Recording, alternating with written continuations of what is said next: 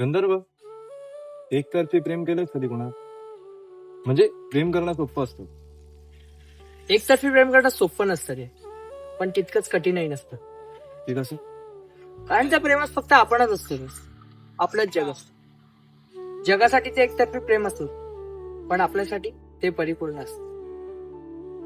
पण कित्येक जण असे आहेत ज्यांना ज्यांचं प्रेम मिळालंय सुद्धा. आणि कित्येक जण असे आहेत ज्यांनी आपल्या प्रेमाला दुसऱ्या कोणाचं होताना सुद्धा पाहिले. मग त्यांनी त्यांचं प्रेम व्यक्त करावं ना.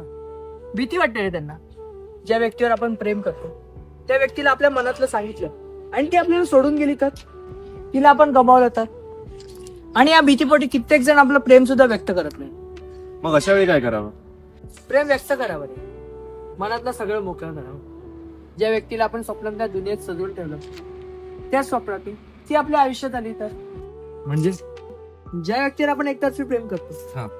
ती सुद्धा आपल्यावर एकतर्फी प्रेम करत असेल तर. मग हे प्रेम दुतर्फी झालं ना. म्हणूनच तर बोललो, एकतर्फी प्रेम करणं सोपं नसतं, पण तितकंच कठीणही ना.